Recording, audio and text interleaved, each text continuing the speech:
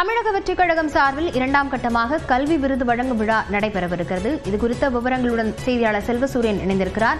செல்வசூரியன், மாணவர்கள் எவ்வாறு அனுமதிக்கப்படுகிறார்கள்? என்னென்ன ஏற்பாடுகள் செய்யப்பட்டிருக்கு?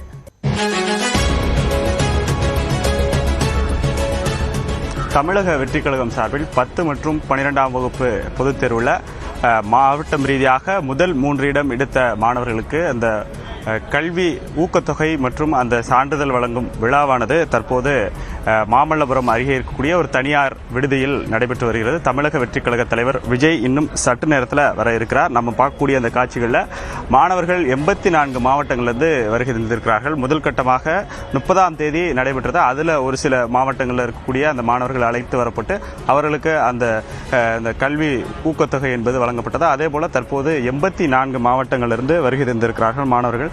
அவர்களை பேருந்துகளில் அழைத்து வந்து இந்த விடுதியில் இருக்கக்கூடிய அந்த விழா அரங்கில் அந்த நிர்வாகிகள் உட்கார வைக்கக்கூடிய அந்த காட்சிகளை பார்க்கிறோம். உள்ளே செல்பவருக்கு மொபைல் போன் அனுமதி இல்லை. அதே போல அவர்களுக்கு அந்த விழாவின் போது சாப்பிடுவதற்கான அந்த தின்பண்டங்கள் அடங்கிய ஒரு பை என்பது வழங்கப்படுகிறது.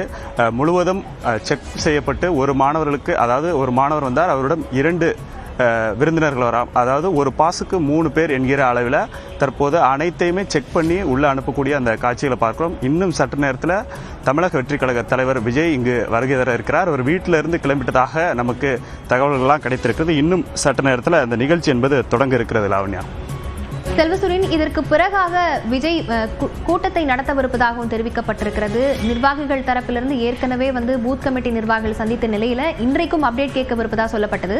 அது குறித்த விவரம் இன்னும் இருக்கிறதா?